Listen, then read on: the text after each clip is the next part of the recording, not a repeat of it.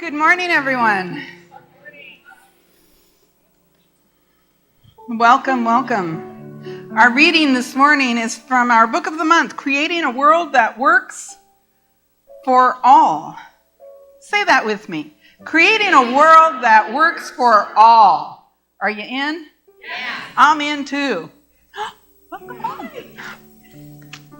I'm reading from page 44. We are powerful spiritual beings living in a system that robs us of our power. What? We are sacred creatures in a desecrated land. We are not only hemmed in, we hem in each other. No wonder we act crazy. We are starved. We live in a society that starves our souls. That starvation has led to a condition in which it is difficult to be fed, because we do not even know there is something missing, that there is a necessary element to complete us. Part of our spiritual starvation lies in being unreconciled to what we are. We have been taught to be dissatisfied with who and what we are, to aspire to be someone else, anyone else.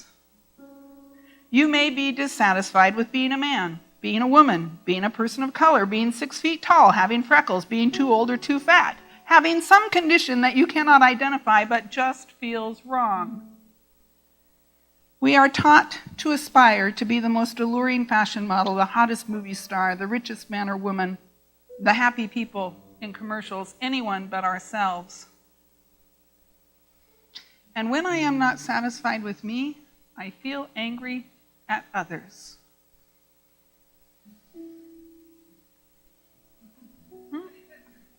And now he is quoting another author, Vimala Thakar. Your negative feeling has little to do with the other person. It emerges from the discontent with the reality of your own life. Your negative feeling is not a feeling directed towards others. It is a feeling directed against yourself. The feeling arises when you are not reconciled to the fact of what you are. So let's get reconciled, yes? Let's start with today's affirmation. I'm going to read it through once, and then I'll ask you to stand and say it with me. I say yes to a world that works for all, free of fear and anchored in faith. I walk boldly forward in love, accepting myself and others with an open heart. Please stand and join me with conviction. I say yes to a world that works for all, free of fear and anchored in faith. I walk boldly forward in love, accepting myself and others with an open heart. I heard the conviction in that. Give yourself some love. While Becca was singing that song, I was thinking about my mom, who did it anyway.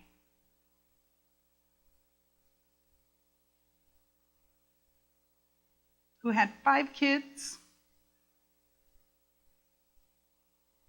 so many circumstances that looked impossible, and did it anyway. And I think I turned out kind of cool. What do you think?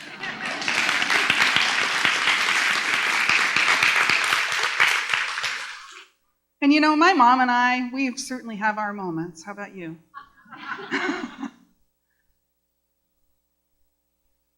And yet I am so grateful, even for those moments.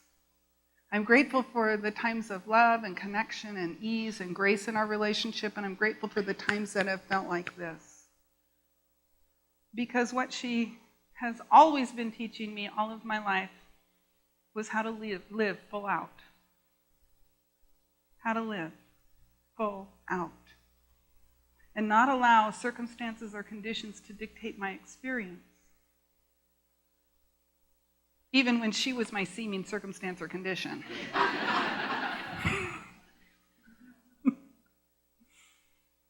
Which, as Emma Curtis Hopkins teaches us, is really just a projection of our own consciousness, right? Because everything we see and experience and do and everything that is part of our lives is but a projection of our own consciousness, yes? That is the core and the root of our teaching. Consciousness is cause. And I've been thinking a lot this week about moms and motherhood and our theme, creating a world that works for all.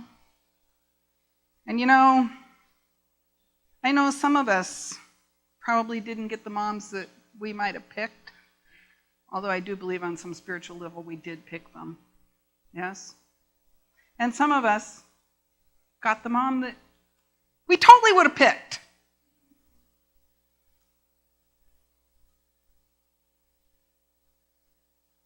And yet our mother's job, no matter how good we think they are at it, or not good we think they are at it, was very well done. Because we're here, we're learning, we're growing, we're expanding, and without that mom, you'd probably be sitting in some other church. Or no church. You see, all of our experience in life comes to us for a reason, and the reason is always healing. Everything is unfolding in our lives and all around us and in our culture and in our society and on our planet for the purpose of healing. Now, have you read the news lately? Maybe listened on your radio to what's happening around the world? And it doesn't necessarily feel like healing sometimes, does it? So as I was thinking about our moms, and I was thinking about the general state of things, I also thought about our creation myth, our creation story. And one of the creation stories is that God gathered up the dust of the earth and breathed the breath of life into this lump of clay. And we became living souls. That's the Hebrew Bible, Genesis chapter 2, verse 7.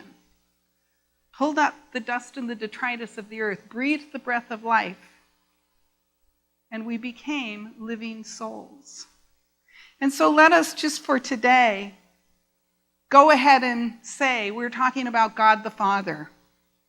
Now we know that God is really beyond gender, don't we? God isn't a father or a mother or a dad or a boy or a girl or a him. God is a principle. God is an it. And yet one of the ways we make sense of the nature of God in our human experience, because we are having a human experience, right, is we talk about God as God the Father.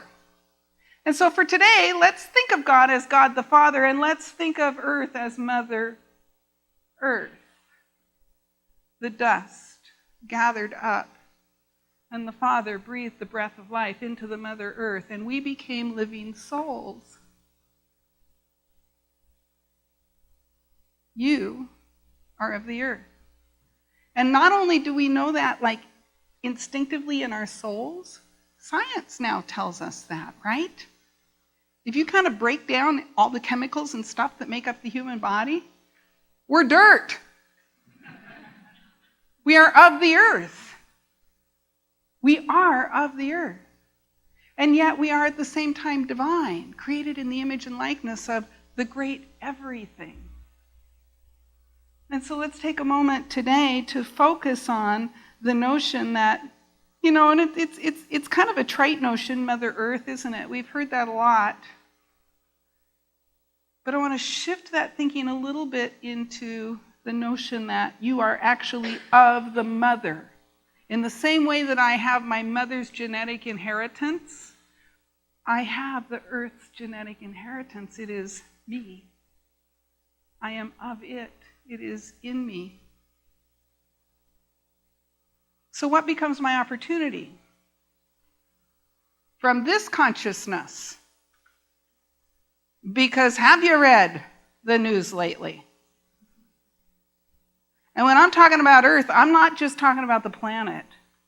I'm talking about all of our brothers and sisters and how we operate on the planet, because we are all of the Mother Earth. We are all of that clay, that dust. We are all of the divine breath of God that was breathed into us and made us living souls. All of us are of that Mother Earth. Are you with me?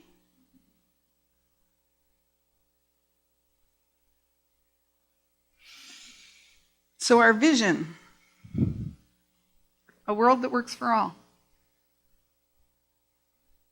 We have brothers and sisters right here on planet Earth of the same mother for whom the world doesn't work. Yes? If you've listened to the news, you know that.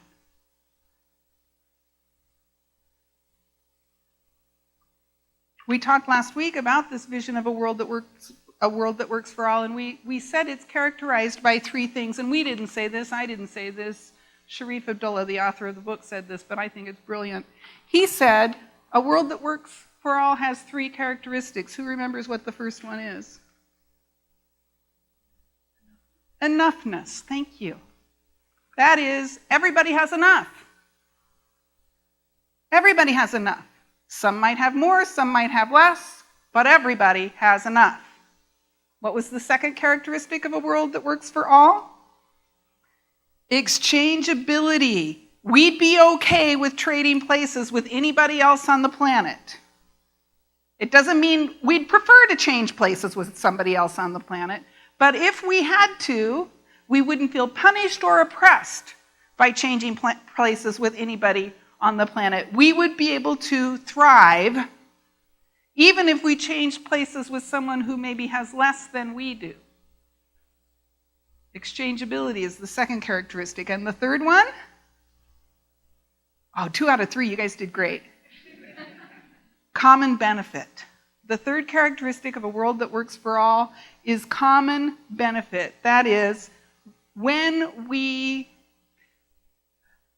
let's say it this way, the world is designed to work for everybody. When we make decisions, when we make plans, when we move forward, we're thinking of the common benefit, not how do I benefit, how does everyone benefit? And if we can't make a good case that everyone benefits, then we need to go back and look again. Yes? Now, is this the kind of world we live in? Do we make decisions based on common benefit? No. Would you be willing to exchange places with pretty much anybody without feeling oppressed or victimized? Does everybody have enough? This is not the world that we live in right now, right? And so I think it's kind of funny because I've been naming our weekly themes based on the chapters in the book. This is chapter 2, and it's called The Nightmare. And when Becca said, when Becca called me to talk about the music for today, she said, that's not really a very light theme for Mother's Day. She was like, really? The nightmare? A world on the brink. That's the chapter. And I said, yeah, I know. But we're kind of going. And what I believe is true is that we have to open our minds a little bit to embrace a notion of what is a mother's job and how well are we mothering ourselves and the planet? What is the opportunity? What is the opportunity for us? To not, you know how some of us had the kind of mom who was all over and so, but to nurture and enliven and grow and provide people with enough. To think of common benefit. I'm imagining, here was my mom with 5 kids and an invalid husband, and she had to really think of common benefit for the whole family, didn't she?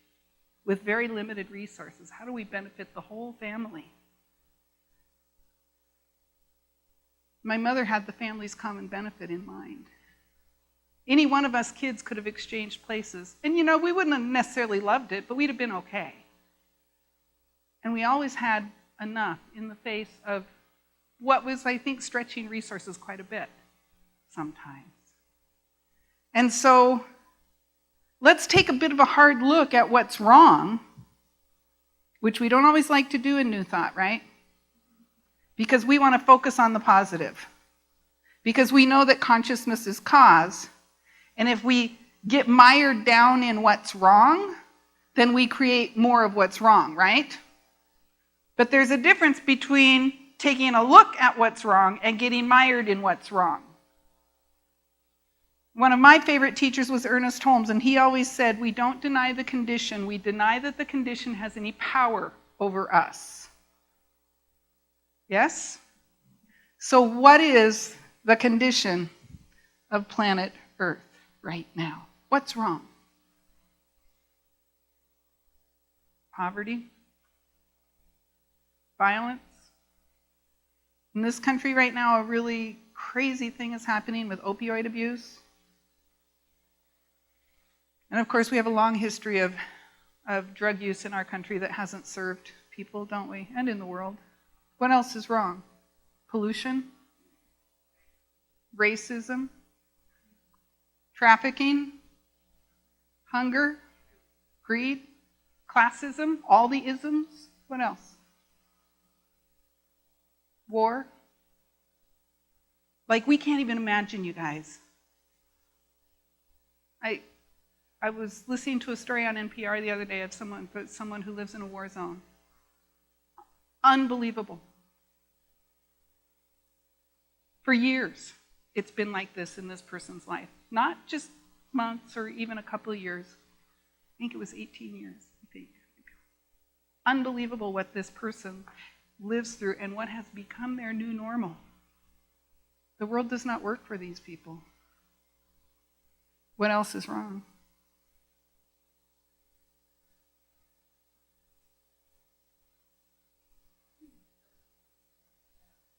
A lack of love for ourselves.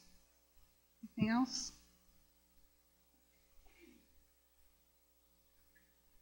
You know,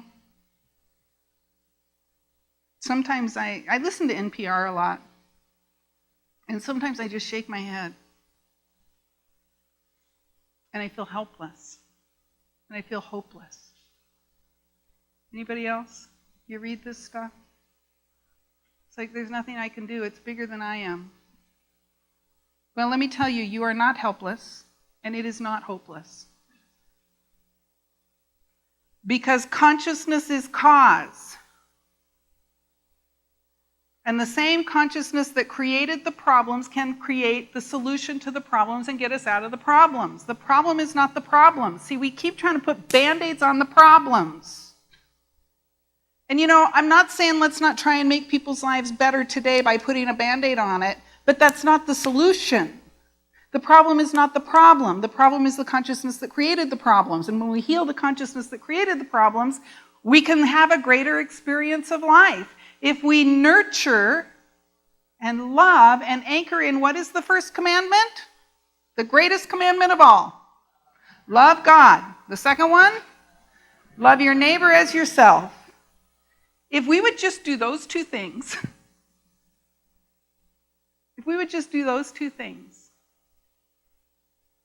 from a consciousness of completeness and love and wholeness.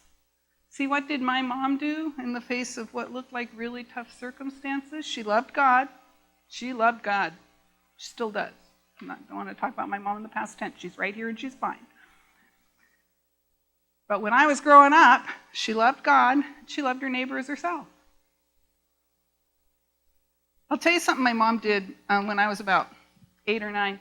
Anytime anybody moved new to our neighborhood, my mom would make homemade donuts. She'd make a big platter of homemade donuts, and it was really fun. So when we saw a moving truck come into our neighborhood, us kids would be like, hallelujah, somebody moved in.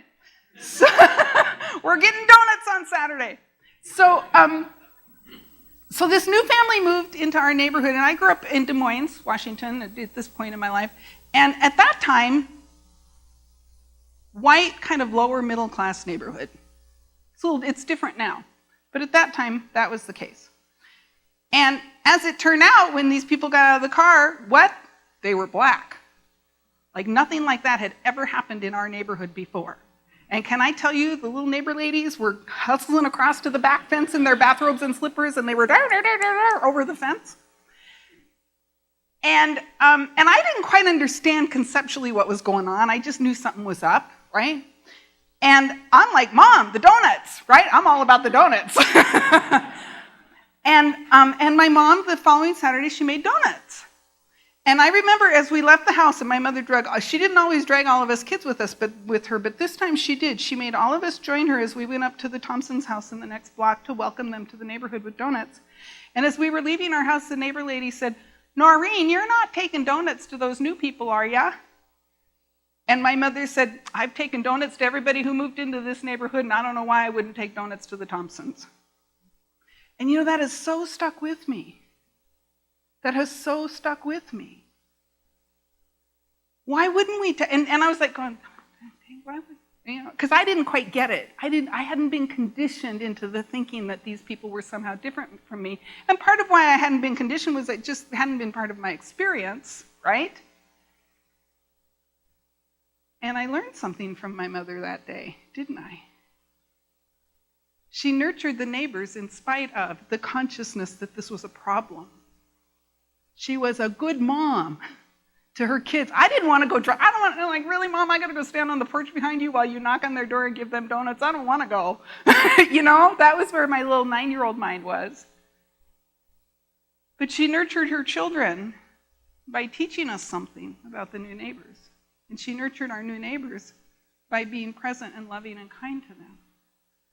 The first commandment, love God. The second commandment, love your neighbor as yourself. In that particular instance, my mother refused to be sucked into the consciousness of the problem. There wasn't a problem.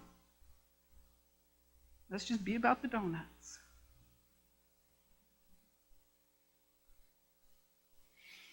So we're called to do more, aren't we? I was having a brief conversation with somebody in this room before church this morning, and I was talking about how, for me, this is a bit of a tough conversation because it's a shift in consciousness for me. And she really helped me see what is the opportunity is really the question. What is the opportunity when I listen to the news? When I see what's wrong? When I see racism, when I see classism, when I see violence, when I see people who are hurting? What is the opportunity for me? What am I being called forth into? And it's always going to be about that commandment. Love God, love your neighbor as yourself. Those are the two greatest ones. And if in the midst of all of this, I can nurture myself by loving God and nurture my neighbor by loving them, there will be a shift in consciousness. Yes? And from that place, we can begin to create the new world. Now, one of the things that Sharif Abdullah talks about in this book is, and it was in the reading this morning, he says we are spiritually starved. And I believe that is true. Maybe less so in this room, but probably even to some degree in this room.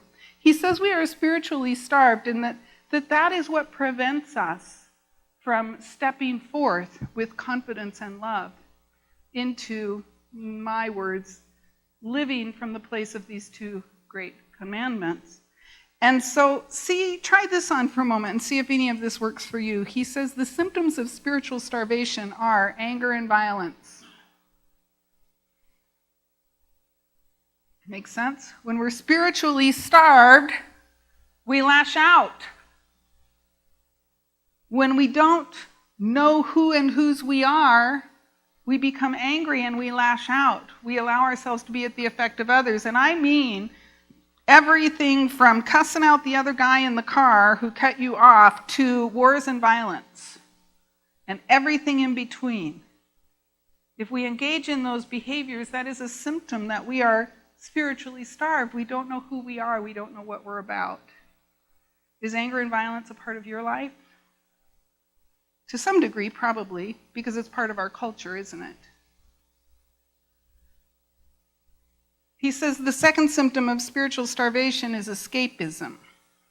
We do things to escape. Drug and alcohol abuse, zoning out on the television, whatever it might be. We do things to escape from our feelings. The third thing he says is a symptom of spiritual starvation is denial and numbing. And essentially what this is about, and I know I do this, and this book is calling me to a different way of being, is our responsiveness just kind of like, we stop responding. We numb ourselves out because it's just, I can't deal, I can't process. And so we allow ourselves to see the images on the television or to be in the experience of the anger and violence and not think it's so bad anymore because it's become so much a part of our experience. We just numb ourselves to it. Our response is numbed. And the fourth symptom, he says, is that we control and manipulate. Yes? We subjugate others, we subjugate the environment. Do you see how we do this?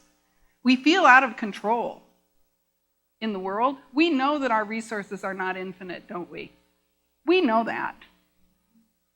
And yet, we try to subjugate and manipulate and control our environment even more, rather than allowing the environment to provide for us, which is what it's designed to do. So these four symptoms of spiritual starvation, see if we can feed ourselves. What does a good mother do when her children are hungry? She feeds them. Feed your soul with spiritual truth. Feed your heart with love. And if you can't get love out there from somebody else, what's the best way to get it? Give it. Give what you seek. Give what you want to get. That is the consciousness that creates more of what you want to experience. And remember, the problem is not the problem. The problem is the consciousness with which the problem was created. And as we shift into a consciousness of love and caring and giving and supporting and nurturing, even in the face of what appears to be overwhelming pain, lack, violence. No, we anchor. We love God. We love our neighbor as ourselves. We feed ourselves. Because we are called to do more, right? We are called to do more. How many of you think we could keep this up for another 100 years and still have a planet? It is my belief, and I am happy to be wrong about this, that if we do not do that shift in consciousness, in 100 years, because, the planet is going to win. You know what I'm saying? If we continue our isms and pollution and all of the, unsustainability, all of these practices, not being good mothers to our planet and its people, in 100 years, it's not going to be very pretty here, is it? We are called to do more. We are called to do more. We are called to be more. To be the presence of love. To be the consciousness of healing. To practice the spiritual truth of the Godness that we are. Because God is good, yes? And God is love, and God is power, and God is grace. We are not powerless. We are made in the image and likeness from the very clay of the earth. We are made in the image and likeness of the Infinite One. Its power is our power. There is more that we can do and more that we can be. I trust the breath of God. Do you? The breath of God created the living soul that I am. And as I feed and nurture my soul, more and more good is revealed. I said this last week and I'll say it again. It starts with me. Am I a good mother to myself? Am I a good mother to my own family? Am I a good mother to my own community? And don't confuse me here. Don't mistake me here. I'm not talking about, was she a good mom? I'm not talking about good. Like, did she do all of the right things? See, sometimes I think we can get a little confused and expect people to show up in a way that we consider good. I mean, are we loving nurturers? of the planet and of those around us and of those far away. And if we can be that, feeding ourselves and feeding others, we release. We're no longer spiritually starved. We are anchored in love. We are anchored in the divine idea. And the consciousness that created the problem is now the consciousness that heals. Yes?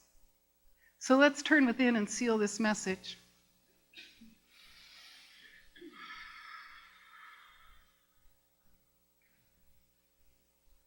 Take the sacred breath with me once again. Breathing fully and completely into the center of your being. Allow yourself to relax into your chair.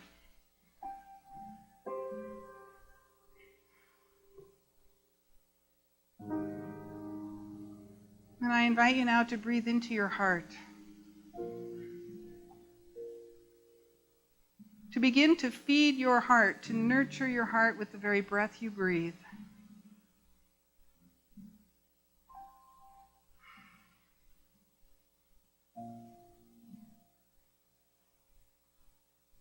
As you recognize, yes, in some ways, perhaps small, perhaps large, I have been spiritually starved.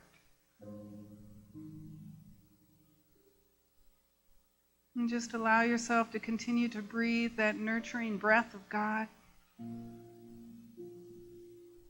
As you come to recognize that there is no barrier between you and the divine, there is no separation.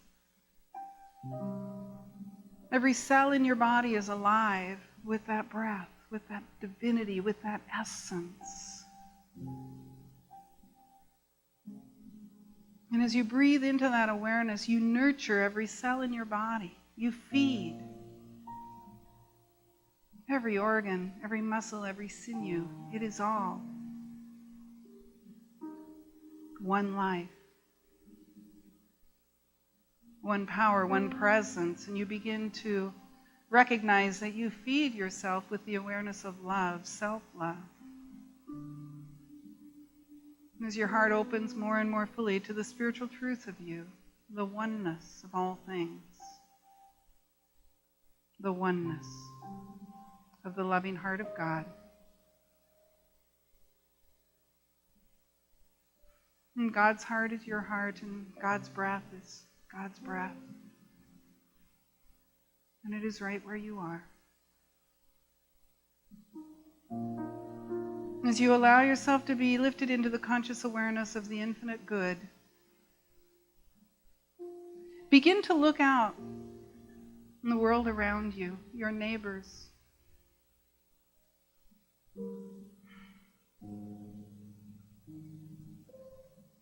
your family, your friends, and allow that sense of love to well up from deep within you. As you see their faces, and you recognize that you are a source of spiritual sustenance for them as you know the truth of who and whose they are. They too belong to this one life that you live. And you know this is the spiritual truth of them. And simply by knowing this truth, you are a blessing to them. You sustain and nurture them.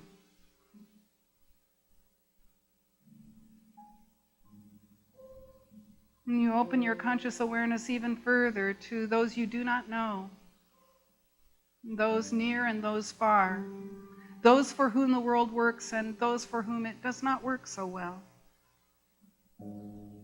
And begin to recognize and know the spiritual truth. I am one with all of these. We are all created of the clay of Mother Earth, the dust of Mother Earth. And the Spirit of God breathes upon us all, and we are given life. That life is God's life.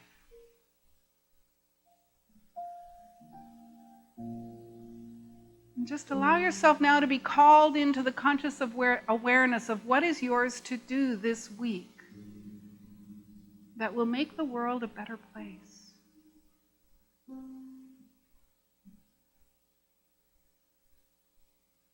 What is one thing you will do this week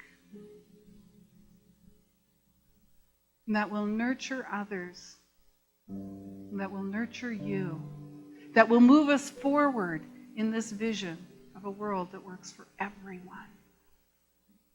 These are our brothers and sisters. Love them.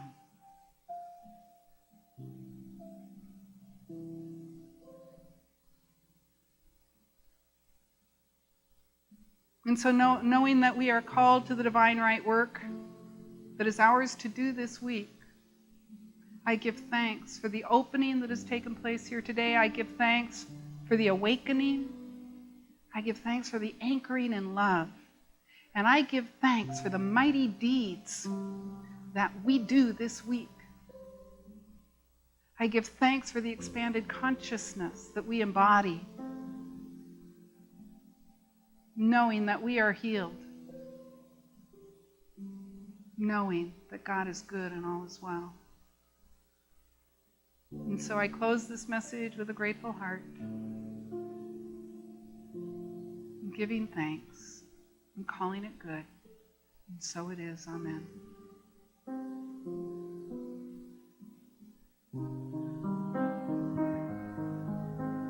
And so let us remember who we are, the divine in expression.